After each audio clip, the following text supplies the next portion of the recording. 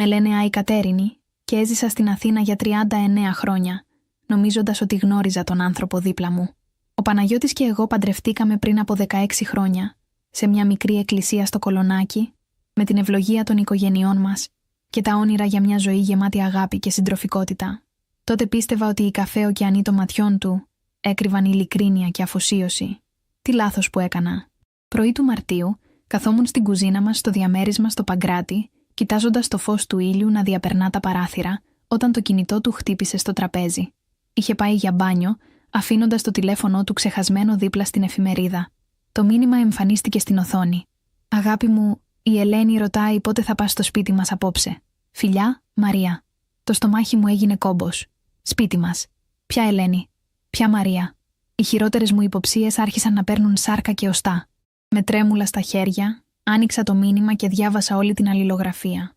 Δεν μπορούσα να πιστέψω αυτό που έβλεπα. Μηνύματα γεμάτα τρυφερότητα, σχέδια για κοινές διακοπές, συζητήσεις για το πώς θα διαχειριστούν τα παιδιά. Παιδιά που δεν ήξερα καν ότι υπήρχαν.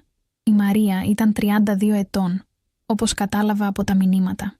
Εργαζόταν ως λογίστρια σε εταιρεία στη Γλυφάδα και είχε μία κόρη, την Ελένη, 6 ετών. Από τα μηνύματα φαινόταν ότι ο Παναγιώτης την είχε γνωρίσει 2 χρόνια πριν και είχε καταφέρει να την πείσει ότι ήταν χωρισμένος, ότι διαζύγιό του με μένα ήταν θέμα χρόνου, ότι σύντομα θα ζούσαν μαζί επίσημα. Το χειρότερο όμως δεν ήταν η προδοσία.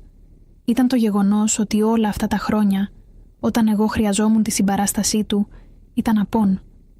Όταν η μητέρα μου νοσηλευόταν με καρκίνο το περασμένο καλοκαίρι, εκείνος δούλευε αργά, κάθε βράδυ. Τώρα κατάλαβα ότι περνούσε τις ώρες του με τη Μαρία και την Ελένη, παίζοντας τον ιδανικό πατέρα και σύζυγο, ενώ εγώ κρατούσα τη μητέρα μου από το χέρι στο νοσοκομείο, νιώθοντας εντελώς μόνη. Θυμήθηκα τις εορτές που περνούσα μόνη μου επειδή εκείνος είχε επαγγελματικές υποχρεώσεις. Τα γενέθλιά μου που τα ξέχασε 3 χρόνια συνεχόμενα. Τη φορά που έχασα τη δουλειά μου και αντί για παρηγοριά, μου είπε ότι επιτέλους θα μάθω τι σημαίνει πραγματική ευθύνη. Όλες εκείνες οι νύχτες που κοιμόμουν μόνη, απορώντας τι έκανα λάθος, γιατί ο άντρας μου είχε γίνει τόσο κρύος και απόμακρος. Άκουσα τα βήματά του να επιστρέφουν από το μπάνιο και γρήγορα έκλεισα το τηλέφωνο, τοποθετώντας το ακριβώς εκεί που το είχε αφήσει. Εκείνος μπήκε στην κουζίνα φορώντας το μπλε του κοστούμι, το ίδιο που φορούσε στη δική μας επέτειο πριν από 3 μήνες. Τότε είχα σχολιάσει πόσο όμορφος έμοιαζε και εκείνος μου είχε χαμογελάσει ψυχρά, λέγοντάς μου ότι είχε δουλειά και θα γυρίσει αργά. «Καλημέρα, αγάπη μου», είπε μηχανικά, παίρνοντας το τηλέφωνό του. Δεν με κοίταξε καν. Εδώ και μήνες είχε σταματήσει να με κοιτάζει πραγματικά. «Θα αργήσω απόψε, έχω συνάντηση με τον Μπάμπη για το νέο project». Ο Μπάμπης ήταν ο παλιός του φίλος από το πανεπιστήμιο. Τουλάχιστον αυτό νόμιζα. Τώρα αμφέβαλα για τα πάντα. Πόσες από τις συναντήσεις με τον Μπάμπη ήταν στην πραγματικότητα βραδιές με τη Μαρία και την Ελένη? «Εντάξει», είπα ήσυχα, προσπαθώντας να κρατήσω τη φωνή μου σταθερή. «Θα περιμένω». Μετά την αναχώρησή του, κάθισα στο σαλόνι μας και κοίταξα γύρω μου τα 16 χρόνια κοινής ζωής. Τις φωτογραφίες από τον γάμο μας, που τώρα έμοιαζαν σαν σκηνές από μια ταινία που δεν είχα παίξει ποτέ πραγματικά. Τα βιβλία που είχαμε αγοράσει μαζί για να διαβάσουμε, αλλά που τελικά διάβασα μόνη μου. Το πιάνο που μου είχε υποσχεθεί ότι θα μάθουμε να παίζουμε μαζί, αλλά που τελικά έγινε απλώς ένα ακόμα έπιπλο που μάζευε σκόνη. Η τηλεφωνική κλήση ήρθε το απόγευμα της ίδιας μέρας. Ένας αγνώστου αριθμός εμφανίστηκε στην οθόνη και όταν απάντησα, μια βαριά, αρσενική φωνή μου μίλησε στα ελληνικά με ελαφρά ξένη προφορά. «Κυρία Εκατερίνη, είμαι ο κύριος Δημήτρης Οικονομόπουλος. Νομίζω ότι πρέπει να συναντηθούμε. Είναι σχετικά με το σύζυγό σας, τον Παναγιώτη, και τη γυναίκα μου, τη Μαρία». Η καρδιά μου σταμάτησε. Η Μαρία ήταν παντρεμένη. Ο Παναγιώτης όχι μόνο με απατούσε, αλλά απατούσε και μια άλλη παντρεμένη γυναίκα. «Πού μπορούμε να συναντηθούμε?» ρώτησα, παρόλο που η φωνή μου έτρεμε. «Γνωρίζετε το καφέ Ζωνάρς, στην πλατεία Κολονακίου. Αύριο στις 4 το απόγευμα». Εκείνη τη νύχτα δεν έκλεισα μάτι. Ο Παναγιώτης επέστρεψε αργά όπως είχε προειδοποιήσει, μυρίζοντας γυναικείο άρωμα που σίγουρα δεν ήταν δικό μου. Ξάπλωσε δίπλα μου στο κρεβάτι, γύρισε την πλάτη του και αμέσως άρχισε να αναπνέει βαθιά. Πώς μπορούσε να κοιμάται τόσο ήσυχα, πώς μπορούσε να ζει με όλα αυτά τα ψέματα. Κοίταξα το προφίλ του στο σκοτάδι, τα χαρακτηριστικά που κάποτε λάτρευα, και νίκησα την παρόρμηση να τον αντικρίσω εκείνη τη στιγμή. Όχι. Έπρεπε πρώτα να μάθω τι ακριβώς συνέβαινε. Έπρεπε να ακούσω τι είχε να μου πει ο σύζυγος της Μαρίας. Το επόμενο απόγευμα έφτασα στο καφέ Ζονάρς νωρίτερα. Επέλεξα ένα τραπέζι στη γωνία, μακριά από τους άλλους πελάτες, και περίμενα. Στις 4 παρά 5 είδα έναν ψηλό, κομψά ντυμένο άντρα να κοιτάζει γύρω του αναζητώντας κάποιον. Είχε πεπαλαιωμένα καστανά μαλλιά και τα μάτια του έδειχναν την ίδια κούραση που ένιωθα κι εγώ. Σηκώθηκα και του έκανα νόημα. Πλησίασε με βήματα γεμάτα αποφασιστικότητα, αλλά και σιγουριά. «Κυρία Εκατερίνη», είπε με την ίδια βαριά φωνή που είχα ακούσει στο τηλέφωνο. «Ευχαριστώ που ήρθατε. Είμαι ο Δημήτρης». Κάθισε απέναντί μου και για μερικά λεπτά κανείς δεν μίλησε. Μάλλον και οι δύο προσπαθούσαμε να καταλάβουμε από πού να ξεκινήσουμε. «Πόσο καιρό γνωρίζετε?» ρώτησα τελικά. 2 μήνες τώρα, απάντησε, παίζοντας νευρικά με τον δακτύλιο του. Πέτυχα μηνύματα στο τηλέφωνό της. Αρχικά νόμισα ότι είχε έναν απλό εραστή. Δεν είχα ιδέα ότι ο άντρας ήταν παντρεμένος. Δεν είχα ιδέα για εσάς. Πώς τους ανακάλυψες? ρώτησα, καταπίνοντας δύσκολα. Ο Δημήτρης αναστέναξε βαθιά. Η Μαρία αγόρασε μια χρυσή αλυσίδα αξίας 5.000 ευρώ. Όταν τη ρώτησα από πού βρήκε τα χρήματα, μου είπε ότι την είχε κληρονομήσει από τη γιαγιά της. Αλλά η γιαγιά της είναι ακόμα ζωντανή. Ζει στη Κρήτη και μιλάω μαζί της κάθε εβδομάδα. Έτσι άρχισα να ψάχνω. Συνέχισε. Ανακάλυψα ότι βγαίνουν τακτικά για δείπνα σε ακριβά εστιατόρια. Το Funky Gourmet, το CTC, τη Βαρουλκό. Μέρη που εγώ και η Μαρία δεν έχουμε πάει ποτέ μας παρά τη 15χρονη σχέση μας. Στη συνέχεια ανακάλυψα το διαμέρισμα. «Διαμέρισμα?» ρώτησα σοκαρισμένη. «Στη Γλυφάδα, κοντά στη θάλασσα. 2 υπνοδωμάτια, μεγάλο μπαλκόνι, θέα στη θάλασσα. Νίκη 2.500 ευρώ το μήνα. Ο σύζυγός σας το ενοικιάζει εδώ και 1 χρόνο». Έβγαλε ένα κομμάτι χαρτί από το πορτοφόλι του. «Αυτή είναι η διεύθυνση». Αισθάνθηκα ότι ο κόσμος περιστρεφόταν γύρω μου. 1 χρόνος. Ο Παναγιώτης διατηρούσε ένα ολόκληρο σπίτι με μια άλλη γυναίκα για 1 ολόκληρο χρόνο. Πώς είχα μείνει τόσο τυφλή? «Με ποια χρήματα πληρώνει το Νίκη?» ρώτησα, ξέροντας ήδη την απάντηση, αλλά χρειαζόμουν να την ακούσω. «Νομίζω ότι αυτό το ξέρετε καλύτερα από μένα», είπε ο Δημήτρης ήπια. «Εσείς δουλεύετε ακόμα. Έχετε κοινό λογαριασμό?» «Όχι, δεν δούλευα πια.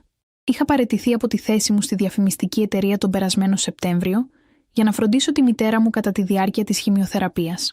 Ο Παναγιώτης με είχε βεβαιώσει ότι το μισθό του ως πολιτικού μηχανικού στο δημόσιο και τις επιπλέον εργασίες του ως σύμβουλος έργων θα έφταναν για τα έξοδά μας.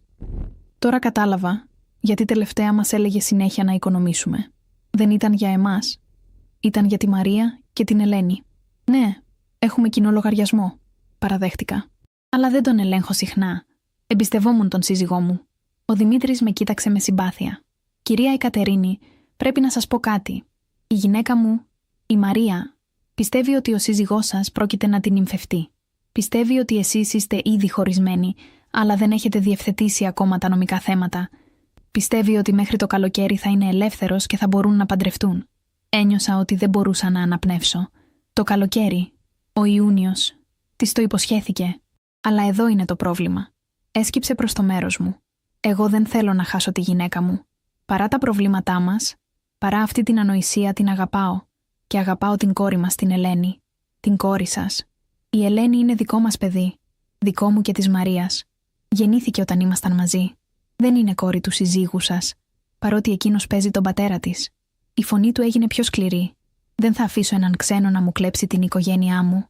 Το μυαλό μου προσπαθούσε να επεξεργαστεί όλες αυτές τις πληροφορίες. Ο Παναγιώτης όχι μόνο είχε σχέση με μια παντρεμένη γυναίκα, αλλά έπαιζε και τον πατέρα του παιδιού της, ενώ της είχε πει ψέματα για το γάμο μας. Και τώρα ο πραγματικός σύζυγος της Μαρίας καθόταν απέναντί μου, ζητώντας τη βοήθειά μου. «Τι θέλετε από μένα?» ρώτησα. Ο Δημήτρης έπιασε το τσαντάκι που είχε δίπλα του και έβγαλε έναν φάκελο. Τον τοποθέτησε στο τραπέζι μεταξύ μας. «Αυτό περιέχει 100 εκατομμύρια δολάρια σε αμετάκλητη τραπεζική εντολή», είπε ήσυχα.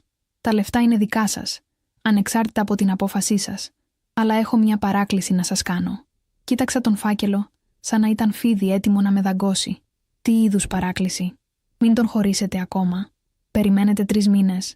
Δώστε μου χρόνο να πείσω τη γυναίκα μου να επιστρέψει σε μένα, να κατανοήσει ότι ό,τι της έχει υποσχεθεί ο σύζυγός σας είναι ψέματα.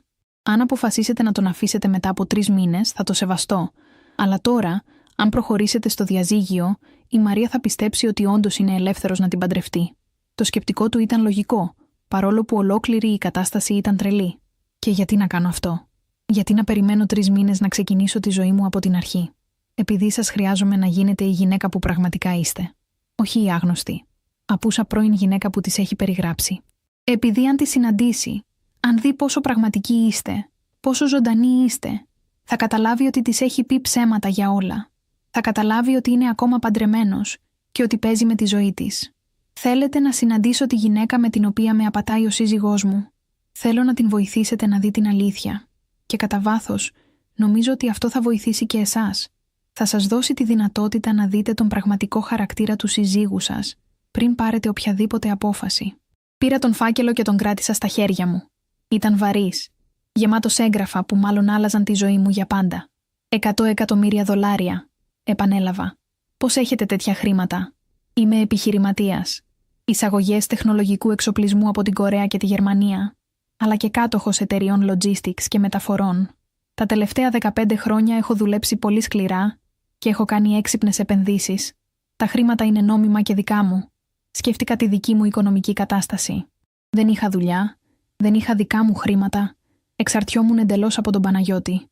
Αν αποφάσιζα να τον χωρίσω, θα έπρεπε να ξεκινήσω από το 0 σε ηλικία 40 ετών, αλλά με $100 εκατομμύρια. Και τι ακριβώς περιμένετε από μένα σε αυτούς τους 3 μήνες? Να κάνετε τη ζωή σας. Να συμπεριφέρεστε ως η σύζυγός του. Να είστε εκεί όπου πρέπει να είστε μια νόμιμη σύζυγος. Όταν η Μαρία προσπαθήσει να κάνει σχέδια μαζί του για το μέλλον, εκείνος να μην μπορεί να της δώσει συγκεκριμένες απαντήσεις. Όταν η ίδια ρωτήσει για το διαζύγιό σας, εκείνος να μην μπορεί να της δείξει χαρτιά. Θα πρέπει να συνεχίσω να ζω μαζί του σαν να μην συνέβη τίποτα. Αυτό εξαρτάται από εσάς. Αλλά πιστεύω ότι αν του δηλώσετε τώρα την πρόθεσή σας για διαζύγιο, θα βρει τρόπο να το παρουσιάσει στη Μαρία ως κάτι που είχε προγραμματίσει. Η τήρηση της υπόστασης των 3 μηνών θα του ψυχολογική πίεση και στη Μαρία θα δώσει χρόνο να δει τα πράγματα πιο καθαρά. Κοίταξα έξω από το παράθυρο του καφέ. Οι άνθρωποι περπατούσαν στην πλατεία Κολονακίου. Ζευγάρια κρατιόνταν χέρι-χέρι, οικογένειες με παιδιά που έπαιζαν στις πλατείες. Κανείς από αυτούς δεν είχε ιδέα για τη συνωμοσία που εκολαπτόταν σε αυτό το μικρό τραπέζι στη γωνία. «Θα το σκεφτώ», είπα τελικά. «Δώστε μου μέχρι αύριο». «Φυσικά. Αλλά κυρία Εκατερίνη», αν σταμάτησε καθώς σηκωνόταν για να φύγει. «Το ποσό είναι δικό σας, είτε αποδεχτείτε την πρότασή μου είτε όχι. Είμαι σε χρέος απέναντί σας γιατί ο δικός σας βιός έχει διαλυθεί εξαιτίας της γυναίκας μου. Τα χρήματα είναι μια μορφή αποζημίωσης, όχι μίζα». Όταν έφυγε, έμεινα στο καφέ για άλλη 1 ώρα κρατώντας τον φάκελο και σκεπτόμενη. $100 εκατομμύρια. Ήταν περισσότερα χρήματα από όσα θα έβλεπα σε όλη μου τη ζωή. Ήταν ελευθερία. Ήταν εκδίκηση. Ήταν μια νέα αρχή. Αλλά ήταν και κάτι άλλο. Ήταν μια ευκαιρία να δω τον πραγματικό χαρακτήρα του Παναγιώτη. Όχι τον άντρα που νόμιζα ότι γνώριζα, αλλά τον άντρα που πραγματικά ήταν. Εκείνη την ώρα, που κάθομουν στο καφέ με τον φάκελο στην τσάντα μου, συνειδητοποίησα κάτι σημαντικό. Δεν ήταν μόνο ο γάμος μας που είχε σπάσει. Ήταν η εικόνα που είχα για τον εαυτό μου. Για 16 χρόνια είχα γίνει η καλή σύζυγος. Η γυναίκα που δεν έκανε ερωτήσεις, που πίστευε ότι η αγάπη και η υπομονή θα λύσουν όλα τα προβλήματα. Είχα γίνει αόρατη στη δική μου ζωή. Όταν επέστρεψα στο σπίτι, ο Παναγιώτης δεν είχε γυρίσει ακόμα. Ήταν 6 η ώρα το απόγευμα, που σήμαινε ότι μάλλον ήταν στη Γλυφάδα, με τη δική του οικογένεια. Άνοιξα τον υπολογιστή και μπήκα στον τραπεζικό λογαριασμό μας. Αυτό που είδα με έκανε να νιώσω άρρωστη. Τα τελευταία 18 μήνες, ο Παναγιώτης είχε αφαιρέσει σταδιακά 75.000 ευρώ. Μικρά ποσά, 200 εδώ, 500 εκεί, 1.000 για επίγουσα επισκευή του αυτοκινήτου, 2.000 για γιατρό που χρειάζονταν αμέσως. Όλα ψέματα. Όλα για τη Μαρία και το διαμέρισμά τους. Πήρα τηλέφωνο τη μητέρα μου. Της είπα ότι ο Παναγιώτης και εγώ περνάμε μια δύσκολη περίοδο χωρίς να μπω σε λεπτομέρειες. Η μητέρα μου, που παρόλο τη μάχη της με τον καρκίνο είχε διατηρήσει το μυαλό της κοφτερό, μου είπε κάτι που δεν περίμενα. «Εκατερίνη μου, εγώ δεν εμπιστευόμουν ποτέ τον Παναγιώτη. Αλλά δεν το είπα γιατί εσύ τον αγαπούσες. Πάντα έβλεπα κάτι ψυχρό στα μάτια του, κάτι υπολογιστικό. Σαν να μην συμμετείχε πραγματικά σε όσα γίνονταν γύρω του. Όταν το ακουστικό έκλεισε, άκουσα το κλειδί στην πόρτα. Ο Παναγιώτης επέστρεφε. Έκρυψα γρήγορα το φάκελο κάτω από το στρώμα του κρεβατιού και κάθισα στο σαλόνι, προσποιούμενη ότι διάβαζα. «Γεια σου», είπε μπαίνοντας. Φαινόταν χαλαρός, σχεδόν χαρούμενος. Μάλλον είχε περάσει όμορφα με τη δική του οικογένεια. «Πώς πήγε η συνάντηση με τον Μπάμπη?» ρώτησα προσεκτικά. «Α, ναι, καλά. Συζητήσαμε για κάποιες νέες ευκαιρίες, απάντησε απρόσεκτα, βγάζοντας το σακάκι του. Αύριο μάλλον θα αργήσω πάλι. Κάθε μέρα αργείς τελευταία, σχολίασα. Η δουλειά είναι δύσκολη, Εκατερίνη. Προσπαθώ να εξασφαλίσω το μέλλον μας. Το μας, που είπε, ακούστηκε κύλο και ψεύτικο. Εκείνη τη νύχτα, ενώ κοιμόταν δίπλα μου, τον κοίταξα για πολλή ώρα. Αναρωτιόμουν πώς μπορούσε να ζει με όλα αυτά τα ψέματα. Πώς μπορούσε να κοιτάζει καθημερινά στα μάτια δύο γυναίκες που νόμιζαν ότι τις αγαπούσε, ενώ εκείνος απλώς χρησιμοποιούσε τη μια και πέταγε την άλλη. Την επόμενη μέρα τηλεφώνησα στο Δημήτρη. «Αποδέχομαι», του είπα, «αλλά θέλω να ξεκαθαρίσουμε μερικά πράγματα. Αυτούς τους 3 μήνες θα διερευνήσω τον πραγματικό χαρακτήρα του συζύγου μου. Θα μαζέψω αποδείξεις για όσα κάνει. Και στο τέλος, όταν τον αφήσω, γιατί θα τον αφήσω, θα το κάνω με τέτοιο τρόπο που να μην μπορέσει ποτέ να πει ψέματα σε άλλη γυναίκα για το ποιος είναι». «Συμφωνώ», είπε ο Δημήτρης. «Και κυρία Εκατερίνη, ευχαριστώ». Τις επόμενες 2 εβδομάδες άρχισα να μελετάω τον σύζυγό μου σαν ένας παρατηρητής που μελετά ένα πειραματόζωο. Παρακολουθούσα τις συνήθειές του, τα ψέματά του, τον τρόπο που μου μιλούσε όταν νόμιζε ότι δεν το πρόσεχα. Ανακάλυψα ότι κάθε Τρίτη και Πέμπτη, όταν μου έλεγε ότι είχε υπερορία, στην πραγματικότητα πήγαινε στη Γλυφάδα. Τα Σάββατα που μου έλεγε ότι έβλεπε τον πατέρα του, αντίθετα περνούσε τη μέρα με τη Μαρία και την Ελένη.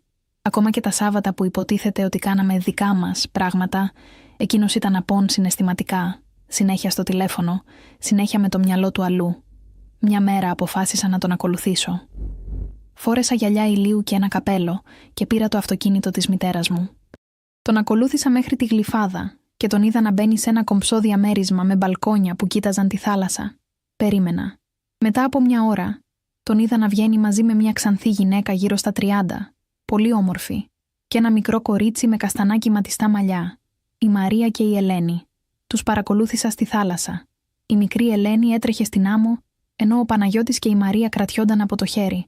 Τους είδα να γελούν, να παίζουν, να μοιάζουν με μια πραγματική, ευτυχισμένη οικογένεια. Για μια στιγμή, νίκησα την παρόρμηση να θυμηθώ πότε ο Παναγιώτης είχε γελάσει έτσι μαζί μου. Δεν μπορούσα να θυμηθώ. Αλλά το πιο σοκαριστικό ήρθε όταν τους άκουσα να μιλάνε. Η Μαρία ρωτούσε τον Παναγιώτη πότε θα τελείωνε το διαζύγιό του. «Σύντομα, αγάπη μου», της απάντησε. «Η Εκατερίνη είναι λίγο...» Σταμάτησε και έκανε κίνηση με το χέρι του που υποδήλωνε τρελή. «Αλλά οι δικηγόροι λένε ότι μέχρι τον Ιούνιο όλα θα έχουν λήξει». «Τον Ιούνιο», ακριβώς όπως είχε πει ο Δημήτρης. «Και μετά θα μπορέσουμε να παντρευτούμε επιτέλους», ρώτησε η Μαρία, και η φωνή της ήταν γεμάτη ελπίδα και αγάπη. «Φυσικά. Θα κάνουμε το γάμο των ονείρων σου. Και η Ελένη θα είναι η μικρή παρανυφούλα». Η Ελένη άρχισε να τρέχει γύρω τους φωνάζοντας «Γάμος! Γάμος!», ενώ ο Παναγιώτης τη σήκωσε στα χέρια του και τη τροβίλησε στον αέρα. Στάθηκα εκεί, κρυμμένη πίσω από έναν φοίνικα, κοιτάζοντας τον άντρα μου να υποσχέται γάμο σε μία άλλη γυναίκα, ενώ ήταν ακόμα παντρεμένος μαζί μου. Στάθηκα εκεί και άκουσα αυτόν τον άντρα, που δεν είχε αγκαλιάσει εμένα με τέτοια τρυφερότητα εδώ και χρόνια, να δείχνει πατρική στοργή σε ένα ξένο παιδί. Εκείνη τη στιγμή κατάλαβα ότι δεν θα περίμενα 3 μήνες. Θα περίμενα, αλλά όχι για τον λόγο που νόμιζε ο Δημήτρης. Θα περίμενα γιατί ήθελα να ετοιμάσω τη δική μου εκδίκηση. Ήθελα ο Παναγιώτης να καταλάβει ακριβώς τι έχανε και ήθελα η Μαρία να δει ακριβώς τι είδους άντρα αγαπούσε. Τις επόμενες εβδομάδες άρχισα να ετοιμάζω το σχέδιό μου. Πρώτα, έκανα εισιτήρια για μετάθεση των χρημάτων από τον κοινό μας λογαριασμό σε έναν προσωπικό λογαριασμό που άνοιξα μυστικά.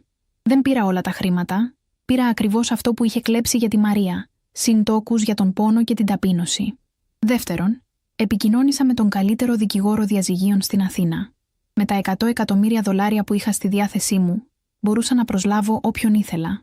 Του εξήγησα την κατάσταση και του είπα ότι ήθελα να ετοιμάσει όλα τα χαρτιά, αλλά να μην προχωρήσει σε καμία επίδοση μέχρι να του δώσω το σήμα. Τρίτον, έκλεισα ένα διαμέρισμα στο Κολονάκι. Μικρό, κομψό, δικό μου. Ένα μέρος όπου θα μπορούσα να ξεκινήσω τη νέα μου ζωή. Αλλά το πιο σημαντικό βήμα ήταν το 4ο. Αποφάσισα να γνωρίσω τη Μαρία. Χρησιμοποίησα τις πληροφορίες που μου είχε δώσει ο Δημήτρης για να μάθω περισσότερα για αυτήν. Εργαζόταν σε μια λογιστική εταιρεία στη Γλυφάδα, κοντά στη θάλασσα. Κάθε μέρα στη 1 η ώρα έπαιρνε διάλειμμα για μεσημεριανό φαγητό και πήγαινε σε ένα μικρό καφέ που λεγόταν Θαλασσινό Όνειρο. Μια Τετάρτη του Απριλίου πήγα στο καφέ αυτό. Την αναγνώρισα αμέσως από τη φωτογραφία που είχα δει στο προφίλ του Instagram της. Καθόταν σε ένα τραπέζι δίπλα στο παράθυρο, κοιτάζοντας τη θάλασσα, με ένα σαλάτα μπροστά της που σχεδόν δεν είχε αγγίξει. Κάθισα σε ένα τραπέζι κοντά της και παράγγειλα καφέ. Μετά από 10 λεπτά, την πλησίασα. «Συγγνώμη», της είπα ευγενικά. «Είμαι η Εκατερίνη. Νομίζω ότι γνωρίζουμε τον ίδιο άνθρωπο». Η Μαρία με κοίταξε συγκλονισμένη. Φάνηκε να καταλαβαίνει ακριβώς ποια ήμουν. Εσείς είστε», άρχισε να λέει. «Η σύζυγος του Παναγιώτη». «Ναι», κάθισα απέναντί της. «Και εσείς είστε η Μαρία. Μπορούμε να μιλήσουμε». Η Μαρία ήταν ακόμα πιο όμορφη από κοντά. 32 ετών, όπως είχα μάθει, με ξανθά μαλλιά που έλαμπαν στον ήλιο και πράσινα μάτια γεμάτα ζωή και ευφυΐα. Αλλά εκείνη τη στιγμή τα μάτια της ήταν γεμάτα φόβο και σύγχυση. «Δεν καταλαβαίνω», είπε. «Ο Παναγιώτης μου είπε ότι είστε χωρισμένοι». «Όχι, δεν είμαστε χωρισμένοι», απάντησα ήπια. «Ζούμε ακόμα μαζί. Κοιμόμαστε στο ίδιο κρεβάτι. Μοιραζόμαστε τον ίδιο τραπεζικό λογαριασμό. Είμαι νομικά και πρακτικά η γυναίκα του». Το πρόσωπο της Μαρίας έγινε κατάχλωμο. «Όχι, αυτό δεν γίνεται. Μου είπε ότι το διαζύγιό σας θα ολοκληρωθεί μέχρι τον Ιούνιο». «Ποιο διαζύγιο, Μαρία? Δεν έχει υποβληθεί καμία αίτηση διαζυγίου. Δεν έχω υπογράψει κανένα χαρτί. Δεν έχω καν ιδέα τι διαζύγιο εννοεί». Τα μάτια της γέμισαν δάκρυα. Αλλά μου έδειξε χαρτιά. Μου είπε ότι οι δικηγόροι χειρίζονται τα πάντα». «Τι χαρτιά σας έδειξε?» Ένα έγγραφο που έλεγε ότι η αίτηση διαζυγίου είχε υποβληθεί και ότι εσείς είχατε συμφωνήσει σε όλους τους όρους». Κούνησα το κεφάλι. «Μαρία, δεν έχω δει κανένα τέτοιο έγγραφο στη ζωή μου. Ό,τι σας έδειξε ήταν ψεύτικο». Η Μαρία έσκυψε το κεφάλι στα χέρια της. «Δεν μπορεί να συμβαίνει αυτό. Τον αγαπάω και εκείνος αγαπάει εμένα και την Ελένη. Μας έχει υποσχεθεί ότι θα παντρευτούμε». «Μαρία», είπα απαλά, «ο Παναγιώτης δεν μπορεί να σας παντρευτεί επειδή είναι ήδη παντρεμένος. Μαζί μου. Και επιπλέον, δεν ξέρετε ότι κι εσείς είστε παντρεμένοι». Εκείνη σήκωσε το κεφάλι και με κοίταξε συγκλονισμένη. «Τι εννοείτε? Είστε παντρεμένοι με τον Δημήτρη Οικονομόπουλο. Την Ελένη δεν τη φτιάξατε με τον Παναγιώτη. Τη φτιάξατε με τον Δημήτρη, τον πραγματικό σας σύζυγο». Η Μαρία με κοίταξε σαν να είχα χτυπήσει με σφυρί. Πώς ξέρετε για τον Δημήτρη?» «Γιατί ο Δημήτρης είναι αυτός που μου αποκάλυψε όλη την αλήθεια. Ο σύζυγός σας με βρήκε γιατί θέλει να σας πάρει πίσω. Γιατί σας αγαπάει και θέλει την οικογένειά του ενωμένη». Τα δάκρυα άρχισαν να κυλούν στα μάγουλα της Μαρίας. Όχι, αυτό δεν μπορεί να είναι αλήθεια. Ο Παναγιώτης δεν θα μου έλεγε ψέματα. Μου έχει υποσχεθεί τόσα πολλά». «Τι ακριβώς σας έχει υποσχεθεί?» «Ότι θα παντρευτούμε τον Ιούνιο. Ότι θα αγοράσουμε ένα σπίτι στα προάστια με κήπο για την Ελένη. Ότι θα κάνουμε άλλα παιδιά. Ότι θα ταξιδέψουμε στο εξωτερικό για τον μήνα του μέλιτος. Και πώς θα πληρώσει όλα αυτά? Ξέρετε πόσα χρήματα βγάζει?» Η Μαρία σκούπισε τα μάτια της. «Είναι πολιτικός μηχανικός στο δημόσιο και δουλεύει και ως σύμβουλος. Μου έχει πει ότι βγάζει καλά λεφτά». «Μαρία, ο μισθός του στο δημόσιο είναι 2.300 ευρώ το μήνα. Οι επιπλέον εργασίες του φέρνουν άλλα 800 με 1.000 ευρώ το μήνα, στις καλές στιγμές. Με αυτά τα χρήματα πληρώνει το νίκη της Γλυφάδας που είναι 2.500, τα έξοδα της δικής του ζωής μαζί σας, και συμβάλλει στα έξοδα του σπιτιού μας. Πώς νομίζετε ότι θα αγοράσει σπίτι στα προάστια?» Η Μαρία έμεινε σιωπηλή για πολλή ώρα. «Τέλος», είπε με σπασμένη φωνή, «από πού παίρνει τα χρήματα για τη Γλυφάδα?» «Τα κλέβει από τον κοινό μας λογαριασμό. Τα τελευταία 18 μήνες έχει αφαιρέσει 75.000 ευρώ. Λίγα-λίγα, σε μικρές δόσεις, λέγοντας μου ψέματα για το που πηγαίνουν». «Δεν μπορεί», ψιθύρισε η Μαρία. «Μαρία, πόσα χρόνια είστε παντρεμένοι με τον Δημήτρη?» 15 χρόνια, απάντησε μηχανικά. «Και πόσα χρόνια γνωρίζετε τον Παναγιώτη?» 2 χρόνια. «Ποιος από τους δύο είναι ο βιολογικός πατέρας της Ελένης?» Η Μαρία με κοίταξε με απόγνωση στα μάτια. «Ο Δημήτρης», παραδέχτηκε. «Αλλά ο Παναγιώτης αγαπάει την Ελένη σαν δική του». «Μαρία, θα σας κάνω μια ερώτηση και θέλω να με κοιτάξετε στα μάτια όταν θα απαντήσετε. Ο Δημήτρης έκανε ποτέ κάτι που σας πλήγωσε στη διάρκεια του γάμου σας?» Η Μαρία κατέβασε το βλέμμα. «Όχι», παραδέχτηκε. «Ο Δημήτρης είναι καλός άνθρωπος. Αλλά τι? Αλλά είναι βαρετός, προβλέψιμος. Ο Παναγιώτης με κάνει να νιώθω ζωντανή, να νιώθω όμορφη. Κατανοώ. Αλλά Μαρία, τι θα κάνετε αν σας λέω ότι ο Παναγιώτης δεν έχει καμία πρόθεση να με χωρίσει? Τι θα κάνετε αν σας λέω ότι απλώς παίζει με τα συναισθήματά σας? Δεν το πιστεύω. Ο Παναγιώτης με αγαπάει». Έβγαλα το κινητό μου από την τσάντα. «Μαρία, Σας ζητάω να παρακολουθήσετε κάτι, αλλά προειδοποιώ ότι θα σας πληγώσει. Άνοιξα ένα βίντεο που είχα γυρίσει μυστικά την προηγούμενη εβδομάδα. Έδειχνε τον Παναγιώτη στο τηλέφωνο να μιλάει με έναν φίλο του. Στο βίντεο, ο Παναγιώτης έλεγε: «Ρε φίλε, η κατάσταση έχει ξεφύγει. Η Μαρία πιστεύει ότι θα την παντρευτώ. Η Εκατερίνη δεν υποπτεύεται τίποτα. Είμαι σε μια παγίδα και δεν ξέρω πώς να βγω από αυτήν. Αλλά θα βρω τρόπο. Πάντα τον βρίσκω. Το θέμα είναι να μην χάσω τίποτα από όσα έχω». Η Μαρία κοίταξε το βίντεο με φρίκι. Όταν τελείωσε, έμεινε σιωπηλή για πολλή ώρα. «Γιατί μου δείχνετε αυτό?» ρώτησε τελικά. «Γιατί και οι δύο μας αξίζουμε κάτι καλύτερο από τα ψέματα. Γιατί εσείς έχετε έναν σύζυγο που σας αγαπάει πραγματικά και μια κόρη που χρειάζεται τον πραγματικό της πατέρα. Και γιατί εγώ αξίζω να ξεκινήσω τη ζωή μου από την αρχή. Τι προτείνετε?» ρώτησε η Μαρία με σπασμένη φωνή. «Προτείνω να σταματήσουμε να είμαστε θύματα και να γίνουμε οι πρωταγωνίστριες των δικών μας ζώων». Τις επόμενες 2 ώρες στο μικρό καφέ, η Μαρία και εγώ συζητήσαμε για τα πάντα. Για τα όνειρά μας, για τους φόβους μας, για το πώς είχαμε φτάσει σε αυτό το σημείο. Ανακάλυψα ότι η Μαρία δεν ήταν η κακιά του θέματος.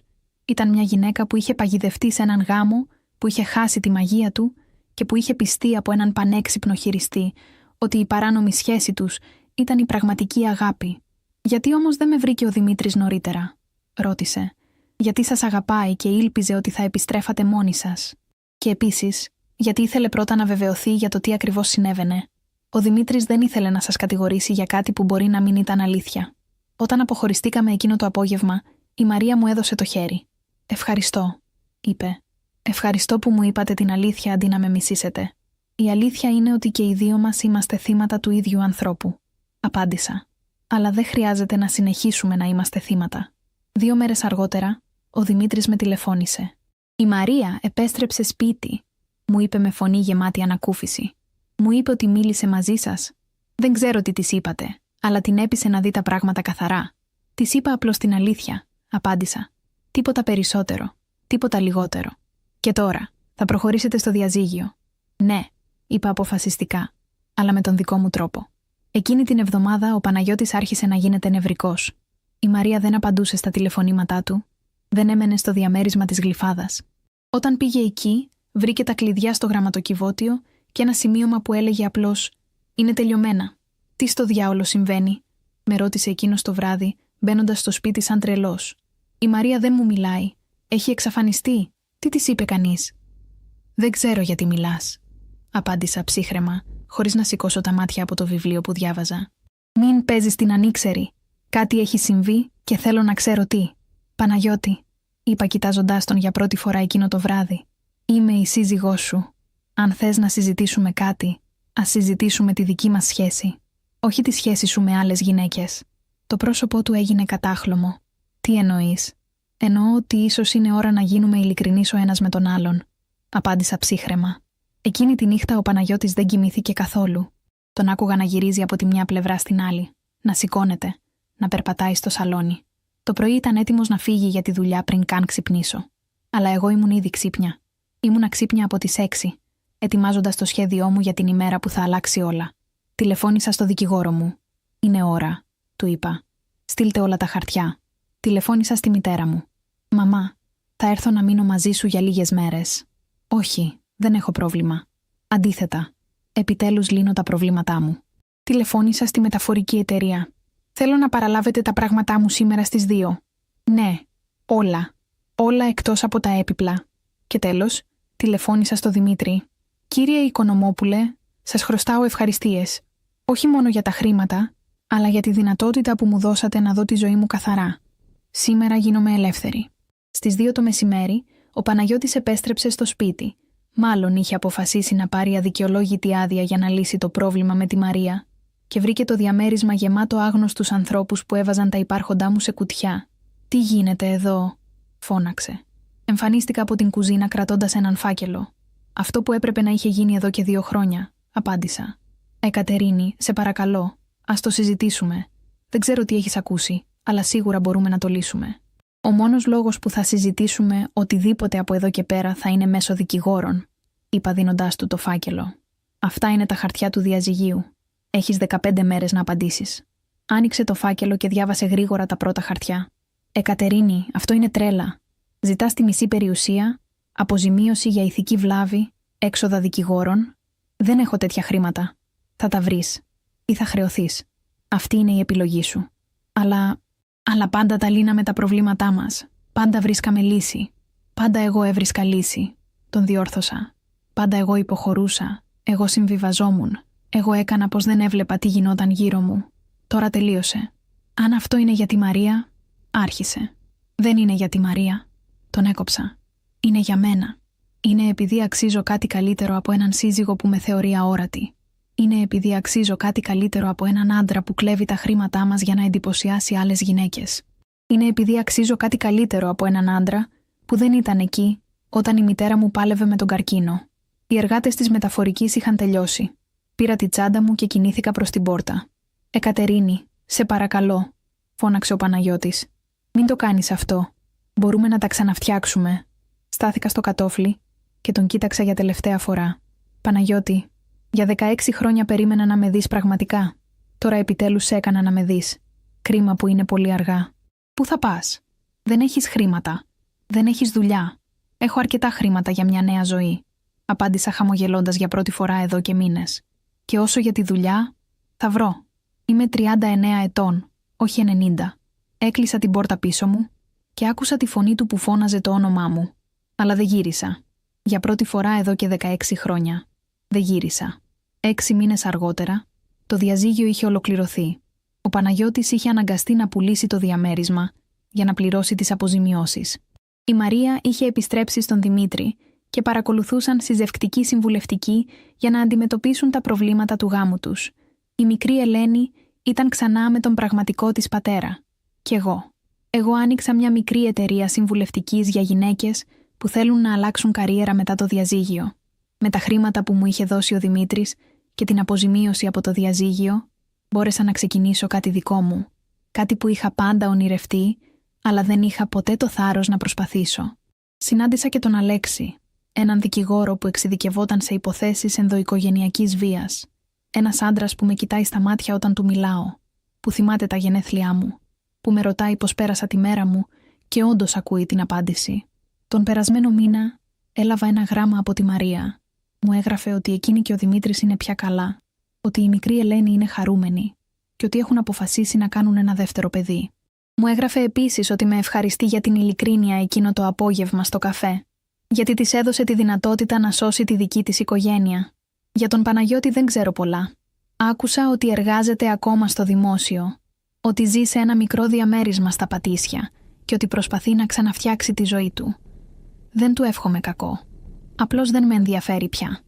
Το πιο σημαντικό όμως είναι ότι μόλις χτες η μητέρα μου τηλεφώνησε για να μου πει ότι οι εξετάσεις της έδειξαν πλήρη ύφεση του καρκίνου. Εκείνη τη στιγμή, καθισμένη στο γραφείο μου, κοιτάζοντας τη θάλασσα από το παράθυρο, συνειδητοποίησα ότι επιτέλους ζω τη δική μου ζωή. Όχι τη ζωή που νόμιζα ότι έπρεπε να ζήσω, όχι τη ζωή που άλλοι μου είχαν υπαγορεύσει, αλλά τη δική μου ζωή. Και τώρα ρωτάω εσάς που με ακούτε. Συμφωνείτε με την επιλογή που έκανα? Πιστεύετε ότι έκανα καλά που δέχτηκα τη βοήθεια του Δημήτρη και χρησιμοποίησα εκείνους τους 3 μήνες για να ετοιμάσω την έξοδό μου αντί να φύγω αμέσως? Αν σας άρεσε η ιστορία μου, μην ξεχάσετε να κάνετε συνδρομή στο κανάλι για να ακούτε κι άλλες ιστορίες σαν κι αυτήν. Και πείτε μου στα σχόλια από ποια πόλη ή χώρα με παρακολουθείτε. Μου αρέσει να ξέρω ότι οι ιστορίες μου φτάνουν παντού στον κόσμο. Ευχαριστώ που με ακούσατε μέχρι το τέλος. Μερικές φορές η μεγαλύτερη νίκη είναι να αντιληφθούμε την αξία μας και να διεκδικήσουμε τη ζωή που αξίζουμε.